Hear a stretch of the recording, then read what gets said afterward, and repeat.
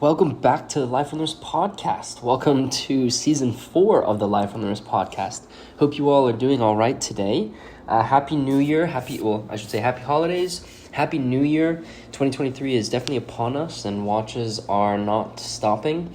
What I thought I would do is cover some news articles that I read in December to kick off the year with some new watches or watches that have been watch-related news that has been released for the first episode of season 4 of the Life on the Wrist podcast. I have to admit it was kind of nice to take a little bit of time off just to relax and spend time with friends and family. But one thing was for sure, I was missing kind of making these podcasts, making my YouTube videos, writing the articles for Life on the Wrist. I even kind of took a pause and didn't really go on the Life on the Wrist Instagram too much. And I think it was a nice reset, and I'm very excited for this new season. So if you are new to the Life on the Wrist podcast, I'll just give you a little bit of an overview. I began Life on the Wrist in 2017. It's a website that I created to really just explore watches on my own. I started off writing about vintage pieces that I was getting, and I would sell some of those, and it eventually kind of expanded into YouTube, where I started covering those watches in video format, and I think that was really great. I think it gave people a nice idea of some of the watches, what they felt like or looked like in the metal, and you were able to see them ticking away or see the complications being used, and it really kind of grew from there. And so every time I write an article for my website, I also film a video, or every time I film a video, I write an article.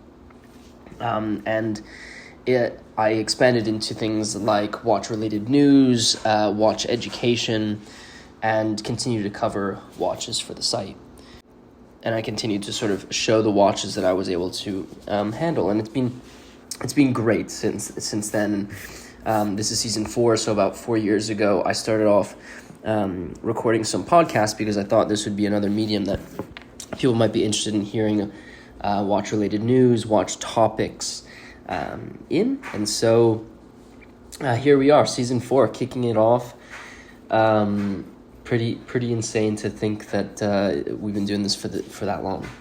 So anyway, I'll leave links in the show notes to all of the articles that I'm going to be referring to. I'll also leave links in the show notes to all of our social media platforms, our website. If you want to check that out, you can go do that. I'll also put a small plug in this podcast. We did expand our Life on the Wrist shop a little bit, and we recently released a hat and a phone case. If you're interested in picking up some Life on the Wrist merchandise, you can check that out there as well. So I'll kick it off with the Audemars Piguet Code 1159 Starwheel that was released in December. There's a really cool event that took place that Audemars Piguet hosted with a lot of great watch publications and collectors. I think John Mayer was there, and it was a really great expansion of the Code 1159. Now, I think there are people who love Code 1159. There are people who think that it is totally not Audemars Piguet. I think I'm not really going to discuss that. I really want to discuss this watch, but I do think this watch expands the Code 1159 into exactly what I believed it would be expanded into, which was another outlet for them to create incredible watches that aren't just the Royal Oak, which I think is what the brand is oftentimes associated with. So the watch is the Starwheel reference 15212 and is the return of the wandering hours complication for Audemars Piguet after almost 2 decades, which is really historic and shows what I think the line, the 1159 is supposed to be. So the watch itself is 40 millimeters in diameter, made of 18 karat white gold and black ceramic. The dial, if you look at it, has this really beautiful wandering hours complications, where you have these 3 discs that that sit on this carousel that rotates around the dial, and every single time it rotates, those discs are turning, and it lets each of those kind of take turns facing the minutes, which are kind of shaped along the upper edge of 12 o'clock. And so that hour points to whatever the minutes are, and that allows you to easily read the time as the wheels turn. It's running on the caliber 4310 movement, which is basically the 4309 with an additional wandering hours module on the dial. It has 70 hours of power reserve, which is really phenomenal, and will allow the wearer to wear this pretty well. There's also a center seconds hand, which sort of revolves around the top of the dial. If you look at the dial itself, it has this really beautiful Starry Night background to it with black and white accents on it. It's finished to a very high quality and comes on a black rubber strap with white gold pin buckle.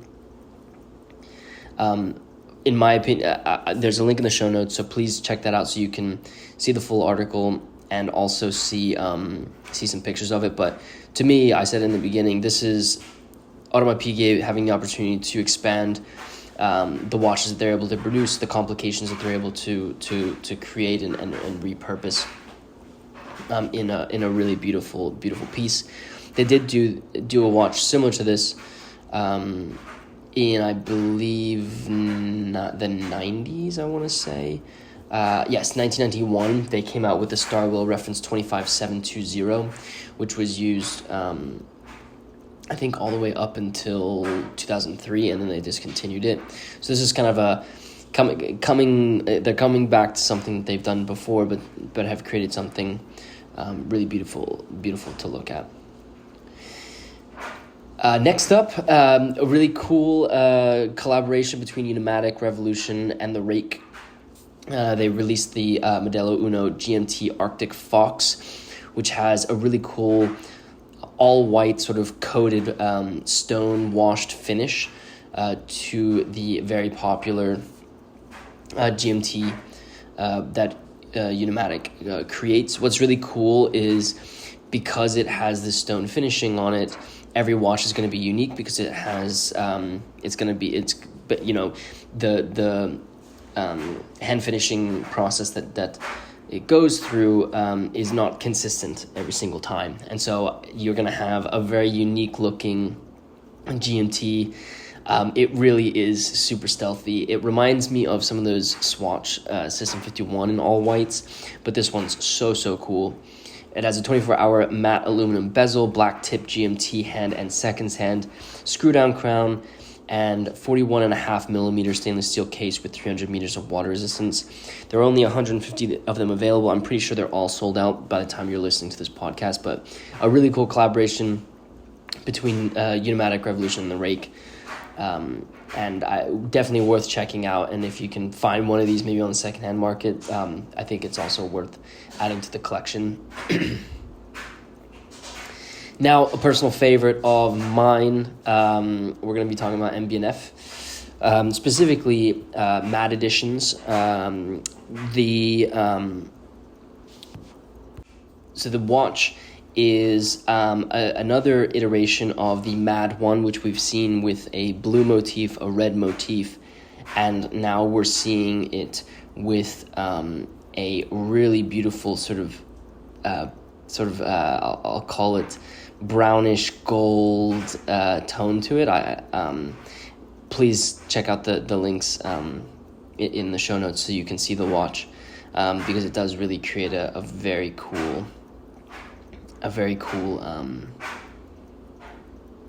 sort of look to it. I think you could probably describe it as maybe salmon color, but basically MB&F's founder Max Buser created this watch to honor a relationship that he had with the Corvo family.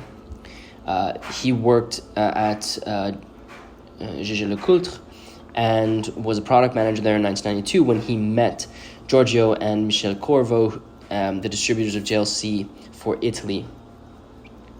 And they also sold Harry Winston's Opus watches that Max created when he joined Harry Winston, and of course was one of the distributors who sold MB&F pieces when they first started in 2007, which was originally the HM1. And so this year marks the 30th year since the beginning of the friendship between Max Busser and the Corvo family. And to celebrate that, they decided to introduce a special Mad 1 that's limited to 30 pieces. It's known as the GMT Milano edition. Instead of the red and the blue that they've released previously, the GMT gets a classic salmon dial with a really cool gold plating to it. I think they're also only going to be available at in Milano, I believe. I could be wrong, but there's a really beautiful engraving on the back of the watch that says Mad Edition, Maximilian Busser, and the Corvo family, 30 pieces for 30 years of friendship. A pretty nice gesture, and another pretty cool expansion for the Mad 1. Now, I know I'm a little bit late to this, but I wanted to talk about this because I saw this on Hodinkee. There was a swatch that was released that was Christmas-themed, very, very Swiss Christmas-themed. It has a really beautiful, a very beautiful dial to it, which has Santa with a Alphorn. It's got a deer running. It's got some Christmas trees. Some more deer and a cow, and then a really beautiful sort of chalet with swatch Swiss written into it. The watch is black as well, so you have this sort of gold tone to a lot of the artwork that's on the dial of the watch.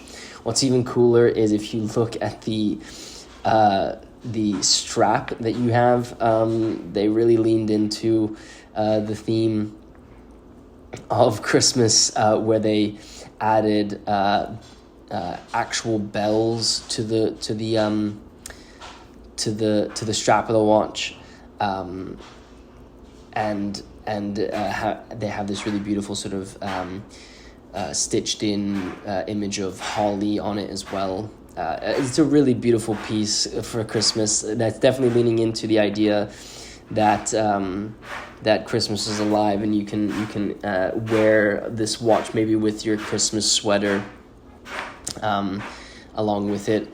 If you do end up buying this, you'll have to maybe pick it up for next year, because I don't think this is a year-round watch.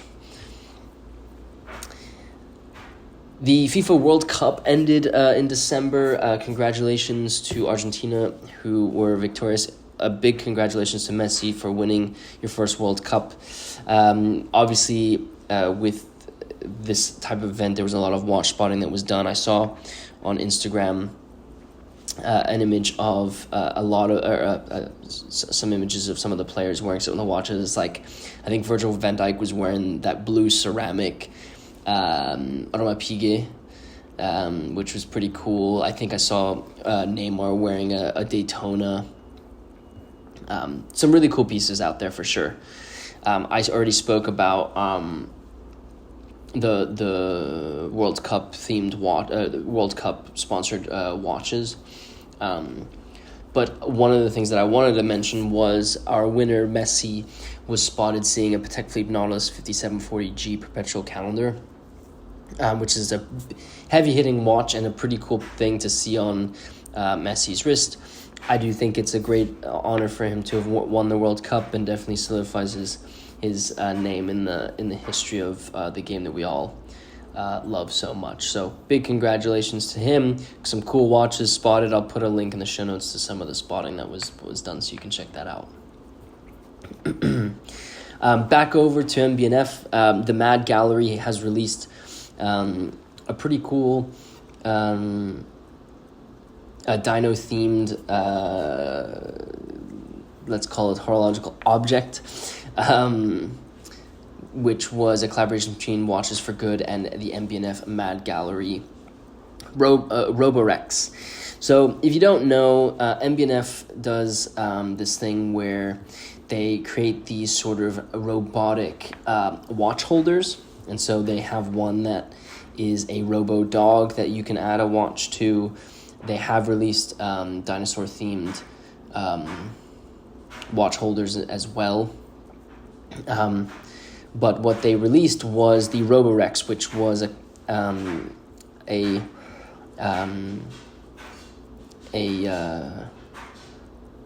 something they produced, available in 300 quantity of 300 on Watches for Good website, where everything will be donated. Well, I should say this took place December 16th. So you basically, I'll sort of read it verbatim. So the Roborex will be available for the first 300 people to register on the Watches for Good website at 10 a.m. EST on December 16th and complete a donation of $500 or more. And that means you can donate more if you wanted to. Watches for Good has included the $250 MSRP for the limited edition Roborex as specified by the MBNF Mad Gallery team. And so basically what you're doing is you donate $500 and then you're able to, at least $500, and then you're able to receive this Roborex, which is a limited edition piece that you can have as a watch stand. Kind of talk about Watches for Good, it's basically gathers donations from the watch world into a general fund to be more readily reactive when needs arise. And that means they can leverage funds to address issues of education, hunger, healthcare, and humanitarian aid. So it's basically all of us watch nerds are able to kind of put our money together for good causes. There's no salaries. Every single dollar that goes directly to doing good in the world. So as examples, Watches for Good have helped obtain PPE and food for local homeless shelters in Silicon Valley. They've acquired oxygen concentrators for Kerala, India, to help address COVID that's prevalent in the poverty-stricken areas. And they provided humanitarian aid and defensive equipment for civilians in Ukraine. And so I think all these went really, really quickly, and a pretty cool object that you can add to your sort of watch objects. I did mention in my Christmas gift, I believe it was a video, an article, I mentioned watch objects, and this is a perfect example of that. But again, might be something for next year. Quick shout out to Hodinkee. They released the G-Shock reference 6900-PT1 by John Mayer. This time in a really beautiful light blue color. This is obviously a G-Shock that's inspired by a 1980s classic, which was John Mayer's very first keyboard, the Casio PT-1. And they've released a couple of these in the past, and they released another video, which was pretty cool to see. It has this really beautiful light blue color, which matches the PT-1, along with the other two G-Shocks that have been released, which were in black and then in white. You have this really cool blue one. So I'll leave a link in the show notes so you can check that out as well. Hope you enjoyed the first episode of Season 4 of the Life of Nurse podcast. As I mentioned, there will be links in the show notes to all of our social media platforms, our websites, and all the articles that I've discussed so far in this podcast. So be sure to check that out. If you are new to Life of Nurse podcast, be sure to follow us and share this podcast with a friend who might be interested in watches. We'd love to have you guys part of the Life of Nurse family. If you are feeling generous and wouldn't mind reading this podcast, really does help me out. With that said, guys, thank you so much for listening to this podcast, and until next time.